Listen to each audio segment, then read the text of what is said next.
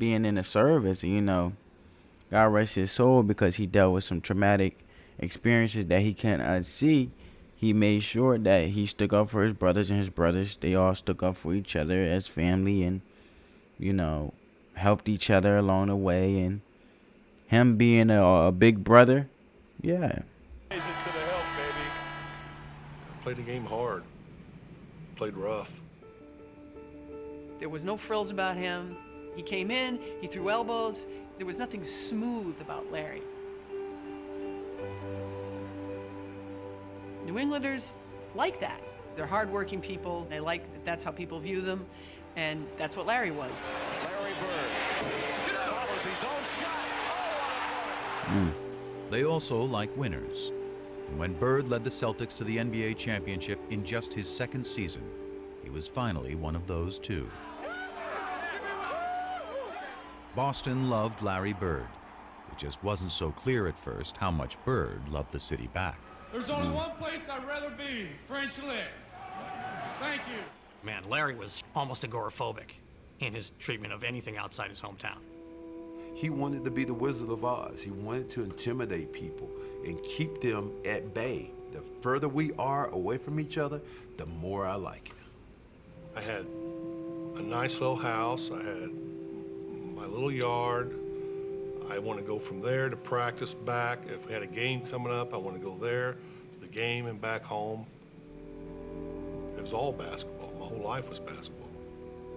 If he was just sitting there with just me, you were looking around mumbling, trying to find things that we had in common that we could talk about. Now, we started talking about basketball, started talking about players. It was, it was great. U.S. history? No. My man spoke. Not only did he play the game of basketball, my man language was the game of basketball. Forced passes, we made errors down the stretch. Daily events? No. I made the shot, and from then on we was up by 2, and they had to get back in the game, which they did. Politics? No. Try to not do anything I can't do or do no more than what I can do. I just go out and try to do my basic game. He proudly dubbed himself the Hick from French Lick, and he looked every bit the part. But those who played him for simple did so at their own peril. One of the great ways, I think, of winding up with no money in your pocket is to think Larry Bird is dumb. Syntax is not intelligence. Unlettered is not stupid. He's got a great sense of humor. He just didn't show that to people. That didn't mean he didn't have it. I felt like he just had selective individuals that he would speak with. Larry, he knows that he can't speak to everybody, but in regards of some people you just can't have. That's like, for example, some people you just can't have a conversation that you would like to have with them, but the conversation doesn't always turn out to be that way. So, okay, I'm not going to talk with this individual about that. So, not only he was very wise before he spoke, but very selective who he spoke to. He did, however, allow the public one small indulgence. You could come out on Saturday and watch him mow his lawn. Huge crowds started to stop. Larry Bird's cutting grass in front of his house. It's like, he's mowing his lawn in the springtime. Larry is about doing things himself, and I think it's one of the things that made him so beloved in Boston. But as Bird navigated through his new world, he still had one eye fixed on a familiar foe in a faraway land. I don't think he had his eye fixed on him. I just know that eventually they was going to come across each other again. But I think he just... It seemed like Larry is the type of individual that would take it day by day, game by game, and what happens is going to happen. He's going to give it all he got, being the action guy that he is. And sorry, excuse me, family. Being the action guy that he is. Sorry,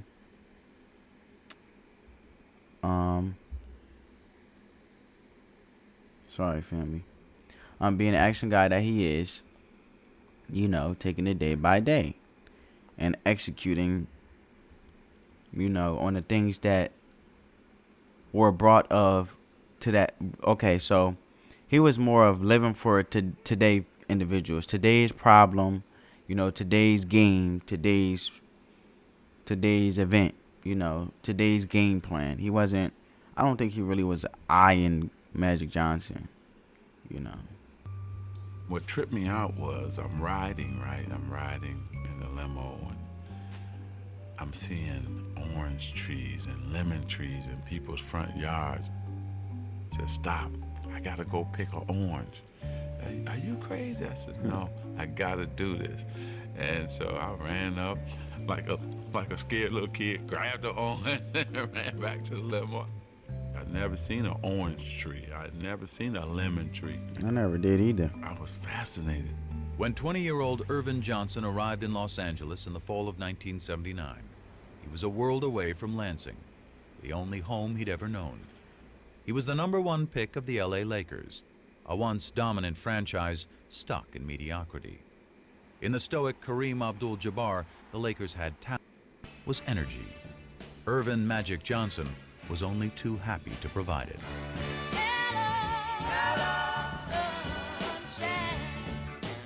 Lit the place up. Changed the franchise, changed the temperament. I changed it from the very first game. Damn, that's a long skyhook, boy. That joint was like a rainbow. Yeah. Here it was, the first game of a long season against the lowly Clippers. And Magic was embracing Kareem as if they'd just won their 10th straight championship. It was like, man, this is a different kind of dude. Great team player. Very respectful. From the day he arrived, he became the prince of the city. He reminded me of a guy who wakes up without an alarm clock. And that's what I used to always say. I want to be happy enough to wake up without an alarm clock because I want to go into my world.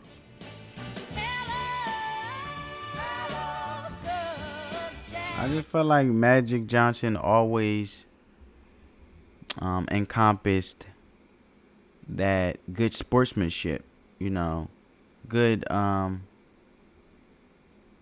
sportsmanship, respect, a great, and Larry Bird too, a great, being a great team player, and he wasn't a sore loser or anything, I just feel like it was respect and gratitude, from both ends, Magic and Larry. He had what it is. As far as I was concerned, the it was not his ability or his size. The it was his attitude, was his leadership, was his mind. I mean, I don't have to talk about Game 6 at Philadelphia. Magic Johnson will shove. In his rookie season, Magic had helped lead the Lakers to the NBA Finals against the Philadelphia 76ers. In Game 6, with an injured Abdul-Jabbar back home in LA, Magic played all 5 positions, scored 42 points, grabbed 15 rebounds, and dished out 7 assists, leading the Lakers to the championship. In just 4 years, he had won titles in high school, college, and the pros. Magic, what do you have that makes you perform like this in these championship games? Well, I don't know. Just I love to win. Across the masthead of the Los Angeles Times the next day, it said, "It's Magic." He was a star when he first arrived here, coming off the NC2A game. May 17, 1980. I was born May 18, 1999. What a coincidence. Quickly, during that first season, he became one of the stars in town. But that game put him on another level. That made him the star in town.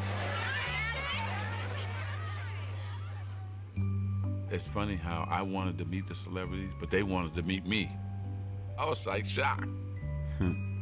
Like a Michael Jackson. Like, wow, you know who I am? He was young, famous, and after Lakers owner Jerry Buss signed him to a 25-year, $25 million contract. 25 years? My man had a 25-year contract. That's how effective and much value he brought to the game of basketball, let alone the Lakers organization.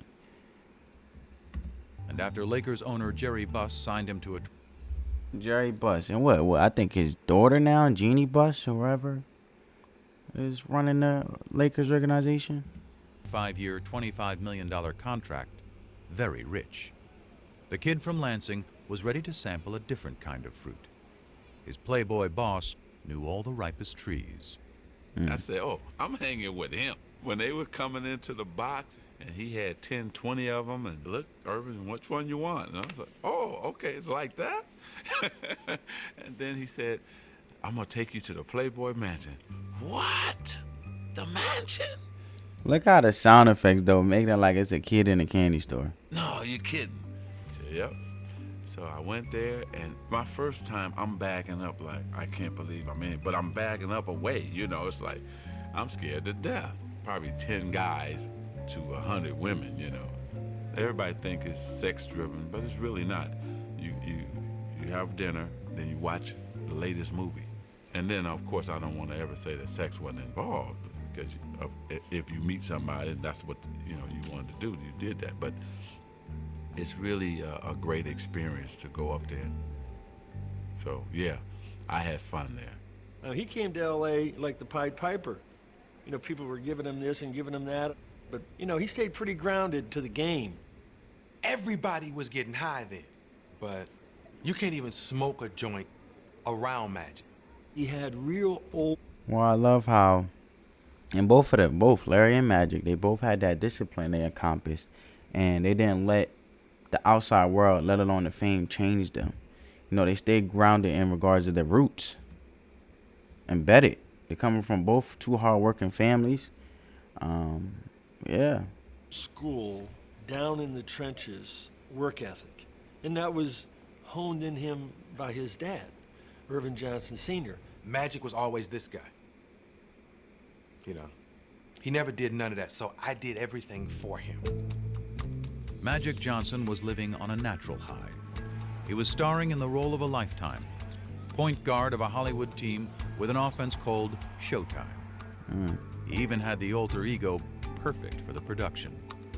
I mean, Magic was his stage name. Even he would laugh about it.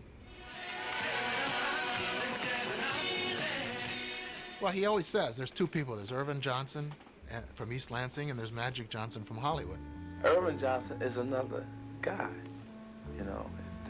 Oh, so he distinguished his business name from his personal name. I get it. Magic over here, and there's Irvin over here. Irvin is this fun-loving guy. His own identity for who he is himself. Magic was so serious and dedicated to his game, and he was a crazy competitor and a crazy man.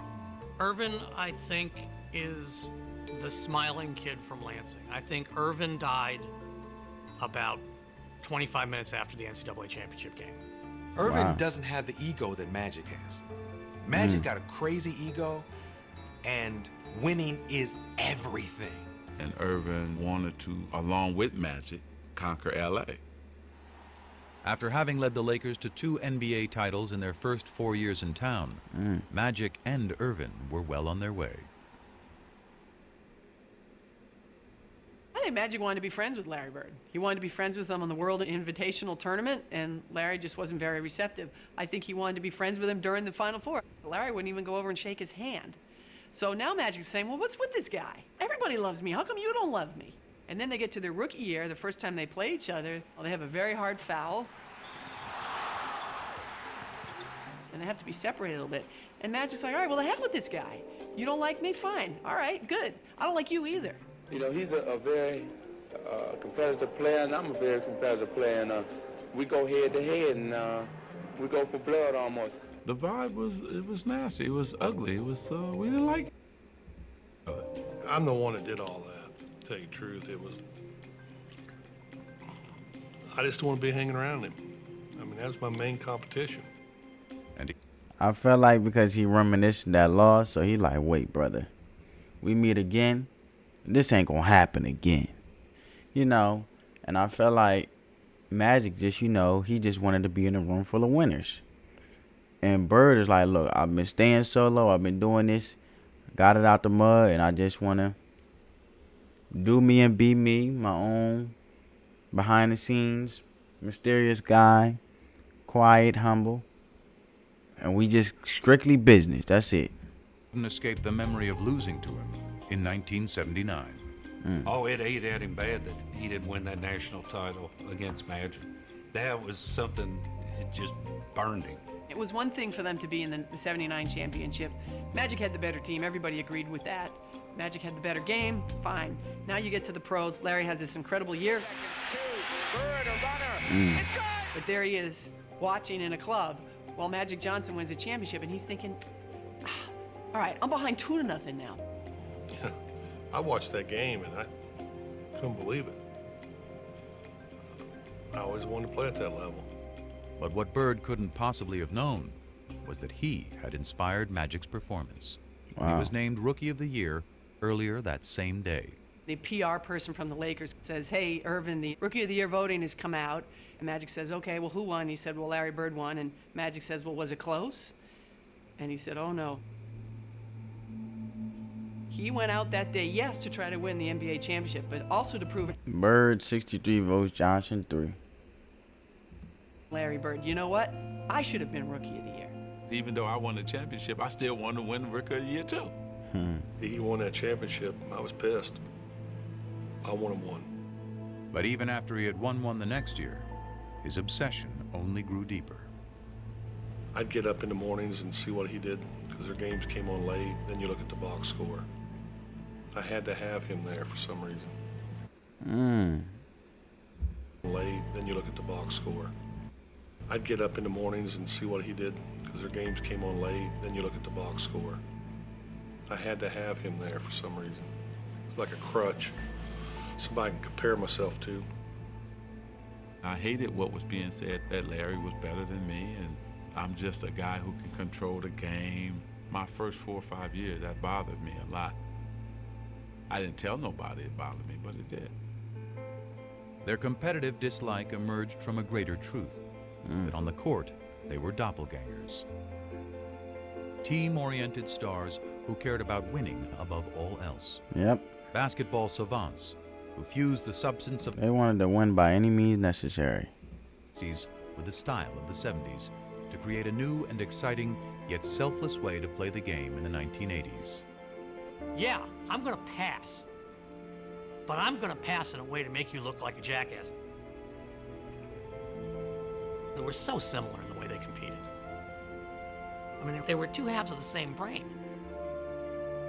Same craziness to excel. I seen that first couple days I was with him. Basketball IQ off the chart. Seen the game a little different, most players. Playing the game the right way was everything. A lot of guys can just score, a lot of guys can just rebound, a lot of guys can just make plays. I feel like they both was very strategic in their gameplay. You see, Magic say playing the right game was everything. He said, and then Magic, I mean, yeah, Bird is like, you know, skills and everything could mean what? You know what I'm saying? A lot of guys can just score, a lot of guys can just rebound, a lot of guys can just make plays. We can do it all. Larry and Magic could control the game with 12 shots. It was amazing. They'd be set. Yeah, Magic's more like playing the game the right way. So was Bird, but Bird was like work ethic. You know, you could be the fastest, you could be a scorer, you could be dominant in a certain skill that's naturally, you know, being shown or being executed, but it's more like how hard is your work ethic execution. So they both wanted to play the game the right way, you know, things being very strategic and when to shoot, when not to shoot, when to pass, IQ and everything. But it also had to be the hunger, right? How bad you want it. You know, you having to switch your game up. You wanting to challenge yourself and be uncomfortable, but being comfortable being uncomfortable to unleash the fullest potential within yourself and always being prepared, right? For 12, they'd have 20 points, 15 rebounds, and 12 assists. And you go, man, the guy shot the ball 12 times and was the best player on the court by far. But I think it was tough at first. I don't think either one of them wanted to recognize that they had any equal anywhere in what they did. But they sure as hell didn't want to recognize that their equal happened to be that other guy. That's why we hated each other too, because we knew we were mirrors of each other. I think for a while the two of them had to come to grips with that. They had begun changing the game, but with continued low television ratings and tape-delayed finals, the league was struggling to get the word out. When the NBA and CBS signed a new TV deal before the 82-83 season, the rescue plan was simple. Sell more Bird and Magic, and sell them not just as ball. Yeah, to sell them as not just ball players, but sell them as from a marketing strategy to then get viewers, then let alone get consistent consumers, is let's sell the competitive side of both of them, charging to each other. Ain't that something from a business perspective, huh? But as arch-rival characters in their own dramatic saga. You got this slick Showtime African-American guy out west, and you got the lunch bucket, floppy-haired white guy with the bruises all over his body. It's central casting. It's perfect. I mean, this was like made in heaven. In 1979, this idea of Magic and Bird was created, and so that was sort of a no-brainer. We'd have a doubleheader. It would be the Celtics playing first and the Lakers playing second, and that's the way we did it. And when the Celtics and Lakers both reached the finals just a so year, they had both Celtics then turn around and rebound and come behind playing the Lakers game. new TV deal in 1984. It appeared the superstar investment was about to pay off. It was huge. It was probably the biggest moment the NBA had up to that point. You had Boston and LA, East against West. It had all the elements of a classic showdown. Including what was becoming the most inescapable element of all. Did we know that the blacks and whites were lining up, the whites with the Celtics, the blacks with... Of course we knew that. Even in the Celtics' own backyard. They land at Logan Airport at the '84 finals. He's getting accosted by various people who are telling him Larry's going to take him down. But this one older African-American gentleman comes up to me and goes, "Magic, I want to wish you well. Good luck. I want you to crush the Celtics." And he said, "Oh, well, where are you from?" He said, "Well, I'm from Boston." And he said, "You're from Boston and you're rooting for the Lakers? I thought everybody here was crazy about the Celtics." And he looked right at me and said, "Now, why would I root for those white boys?" Oh, man. So the tension behind it, it was like a double standard, but double effect, the good and bad. The tension of division, but also the good part was the views. You know, it was good from a business perspective for the NBA to gain viewership and gain consumers and gain, you know, individuals tapping in regards of the views on television as the games were televised, right? Boston, after all, was a town still scarred by the ugly busing crisis of the mid-'70s.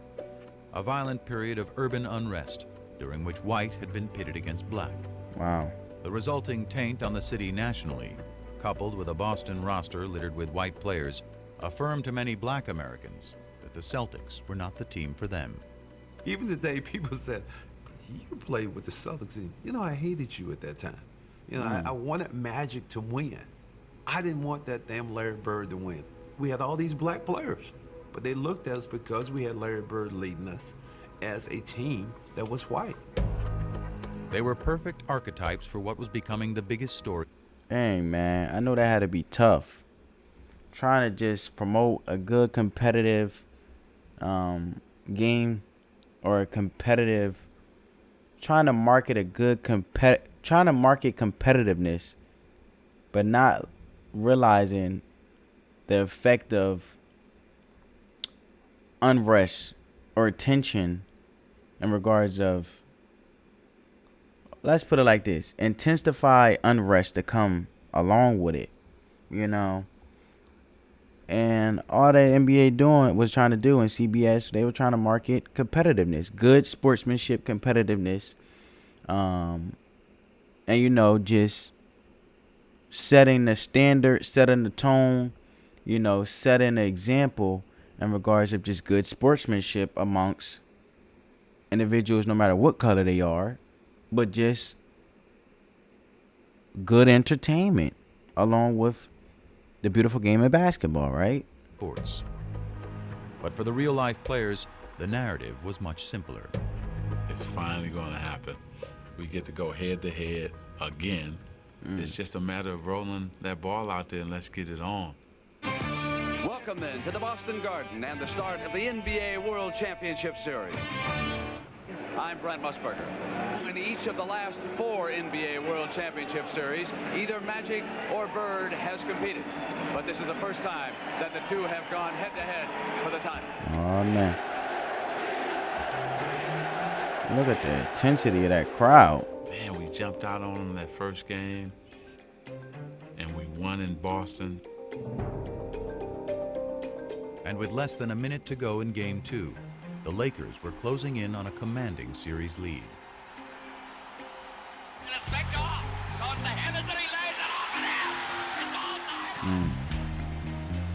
Tied up, From that 113, point 113. on, things began to crumble.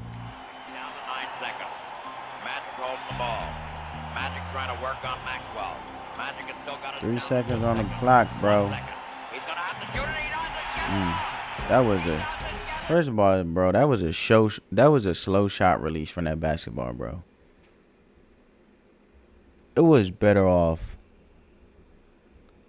It was better off Magic shooting that ball like a fadeaway or something. Cheesy Johnson dribbling the timeout. What are you doing? The Lakers regained their stride in Game 3, only to be rudely knocked off it again in Game 4. And now let's watch it. Cooper and the Celtics, and now the bench is empty. When Kurt Rambis got taken out, we started fighting instead of playing. Kareem swings the elbow. Whoa. That joint got intense, boy. And now is yelling at Larry Bird. Jaw to jaw. And it made us realize we were not mentally tougher than the Celtics. Magic's just not himself. To be sure they won't let the time run out as they did in Game 2. Harris steals the ball and the Celtics call a timeout. There were a number of places where, Irvin didn't do what people expected him to do. Tied at 123. He misses the first. Johnson misses them both. Celtics want a timeout. Despondent, Magic Johnson goes to the bench. Bird turnaround, hits.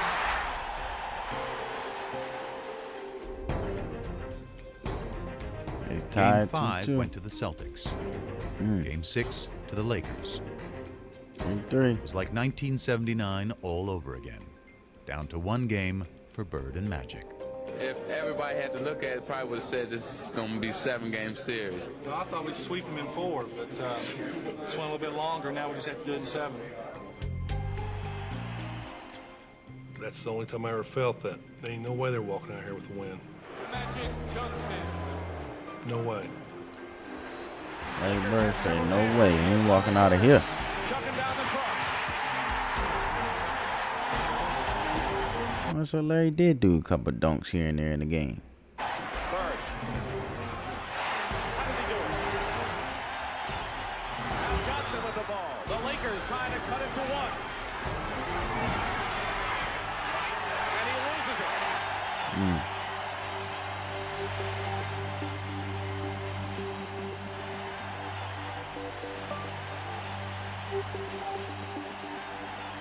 The Celtics took it. The Boston Celtics are the NBA World Dang, Champions. look at all them people swarming that court like fish.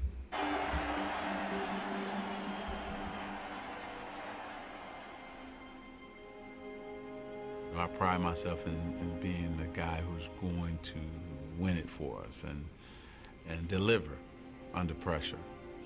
And it didn't happen. I hope he was hurting. Hope it killed him. Dang. Win some, you lose some, right? It's all a part of the competitiveness and all a part of the game of basketball, right? Plays down the stretch, and nobody in there was happier than me. Not only winning the game makes you feel good, but just knowing the other guy's suffering, and you know he was. I remember after the game that both he and I were in the showers crying and stayed in there for about 35, 40 minutes. It was hard because not only had we lost to... Yo, not only have... See, it was... All right, in the college time, Larry Bird lost one game. My man Magic lost... My man lost a 7-game series to the last game where Larry Bird done sealed the deal. So my man got his butt whooped and lost times 7 compared to Larry times 1, if you want to be technical. the Boston Celtics, he had lost to his nemesis, Larry Bird. I think he just made me just like him more, you know, because he was that good. And I think you be jealous. You jealous a little bit. Larry, does this get you even with Magic for what happened between Michigan State and Indiana State all those many years ago? Yeah, we're professionals now, but I won this one for Terre Haute. Well, it was a big deal, and I remember asking Quinn Buckner about it afterwards. They had a celebration in downtown Boston after they won the championship, and, you know, it was unusual for Larry to have these little outbursts, as Quinn would call them. But, you know, about 11:30 at night, finally he turned to Quinn, he goes, I got him. I finally got him. And he was talking about Magic.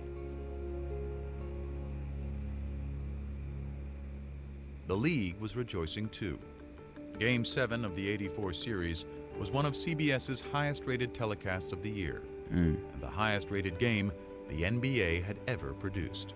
All of a sudden, whether it was at CBS or Madison Avenue, the sports writers around the country became phenomena. What is happening here? The absolute foundation in this resurgence was the Celtics and the Lakers, Larry Bird and Magic Johnson. But Magic was in no mood to back. But you see how Larry handled that? So the choice of words was so fast, like it was so amazing, it was so fantastic, right? You know, oh, you don't worry about that. It's professionals now. You ain't worry about getting you. Like, we professionals now. You know, I came and delivered. You know. In the accomplishment, I took a media beating. Tragic Magic. This is why we say Larry Bird is better. It's probably the first time ever in my life I was depressed. And I didn't want people to see me. It was something I never dealt with in my life. That particular series, that championship series, redefined his whole career because he never stopped working after that. Magic was on a mission to prove to himself and the world that with the ball in his hands, he was still the one in control. And after his Lakers ran through the '85 season, he quickly got what he wanted. Another shot at Bird and the Celtics. They won the East, we won the West. So it's like everybody just get ready, sit back, and let's enjoy it. But that smile belied the intensity of the clash that awaited. If I had a glass of water and any of those guys had been on fire, I would have drank the water and watched them. He said he would have drank the water and watched them if any of them was on fire. Oh my goodness. You know, chokers and sissies. You know, we didn't like that, and they thought less of us. I knew they did. In '85, we played them 4 times in exhibition season for some reason. I don't know why they scheduled that.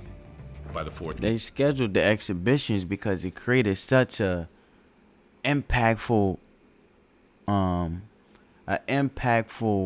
such an effective impact on the game of basketball, let alone the viewership, and doing so good for the business in regards of a business perspective for the NBA, and it was beneficial that they going to schedule those back-to-back exhibitions to somewhat reincarnate or rebirth that competitiveness to be seen visually to the point where it gets so intensified that it makes them reminisce back on the Lakers losing, the Celtics winning, let alone building up that competitive tension where individuals had to be excited to make sure they see the Lakers and the Celtics again at the championship.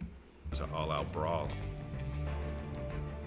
They call this one of the greatest rivalries in all of sport, the Celtics and the Lakers. And if that is true, it is the most one-sided rivalry in all of sports. 8 times these two have met for the NBA championship, and 8 times the Celtics have won. At guard in his 6th year from Michigan State, at number 32, Magic Johnson. But in the '85 finals, Magic changed the script. Over 6 grueling games, he masterfully controlled the pace with all-around brilliance. He has a triple-double again. Behind their point guard, the Lakers finally knocked out the Celtics. Wow. Winning the clinching game in the Boston Garden. 3 in 6 years, LA comes to Boston and wins the world title. Redemption. Not how Boston won at Boston, but then the Lakers to beat Boston at Boston. Oh my goodness. Of course they're going to call it redemption. For one Magic Johnson, it's a long year last year to wait for this moment right now. Magic had evened the score with Bird on the NBA floor. But the significance of their rivalry and their relationship was still just taking hold. You crazy. I said, you're crazy. I'm not shooting no commercial with Larry. So I said, okay, what, we're gonna shoot it in LA? I would never went to LA to film it. Well, where are we gonna shoot it? If you want to shoot a commercial, come to my house. I was like, oh no. One stoplight. And I thought Lansing was small. I think the plan was, I'm gonna go here, I'm gonna do what I'm supposed to do, and I'm trying to get up out of here. My plan was that. Well, at least they still came together and did the commercial, you know. Converse had convinced Magic and Bird to film a sneaker ad together in the summer of '85. A question remained. How would the two hated rivals on the court get along off of it? I don't know how he's gonna react. I don't know how I'm gonna react. We didn't even shake hands, so how are we gonna do a commercial together? The ad was to be filmed at the home Bird had built for his mom. It featured a full-length basketball court, the day's first location. So they say, okay, you're playing one-on-one, and I'm looking at Larry, and he's looking at me like, is this real? Are we playing? Because, you know, this is Magic and Bird. I could just hear Larry, you know, starting in on, well, you bring it to the basket, and I'm going to send it 30 rows up. So the guy was like, no, not like that. I think they should let them play, and they did get a commercial, then let them play for real. You know, the way they was promoting it and marketing it. But I feel like this opened up a lot for the league for future players to this day, you know, today. You know, sponsorships, shoe ads, you know, shoe opportunities for them to get their name out, leave a legacy. You know, also for individuals that support them to feel closer to their idol. If they brought their shoe or had one of the shoes that they created from their favorite basketball player. So I feel like this courtship opened up a lot of opportunities for generations to come that come to the league of, you know, that come to the game of basketball, you know? A fun game. We were both like, oh, okay. Like, like you can see this relief coming over both our faces. Where's French Lick? That sounds like a French fry, though. You would name a French fry French Lick. French Lick. Indiana. French Lick, Indiana. Interesting. You would think they would name French Lick, you know, regards of French fry, French Lick, you know what I'm saying? Brief détente led to the next stage, dialogue. We sat down next to each other. How was your summer? Oh, it's going good. How was yours? It's going great. He said, man, it's a nice spread you got. He's asked me, is this where you play? I said, yeah, I play here if it's not windy. If it's raining or windy, I go to the gym. But this is where I do all my work. I see that tractor. You work on the tractor? He said, man, I work on this tractor every day. Larry Bird work on a tractor? He said, yeah. It's just them two walking and talking, and every once in a while they'd stop and one of them would say something, and then they'd start laughing. Then they said, okay, break, it's lunch break time. I was going to my trailer. He said, no, my mother has prepared lunch for us up at the house. We went. See, man, it's a respect thing, you know, and I feel like, you know, they handled their business very well and conducted it. And they also had humor, and they were humans, man. Communicated, and I feel like this was a start to really realize, like, nah, man, that was just business, you know, professionalism. You know, we could still maintain our professionalism, but we could tone it down a little bit and actually talk like human. How you doing? How are you doing? How are you actually doing? How was your summer? You know. The house, and we sit down there and we talked, and my mom, my brothers thought the world of him. His mother was so nice, making sure I had enough to eat. I just saw my mother. It was crazy. He charmed her. You can see it. But that's Magic. He makes everybody feel welcome and warm, and he's a con man.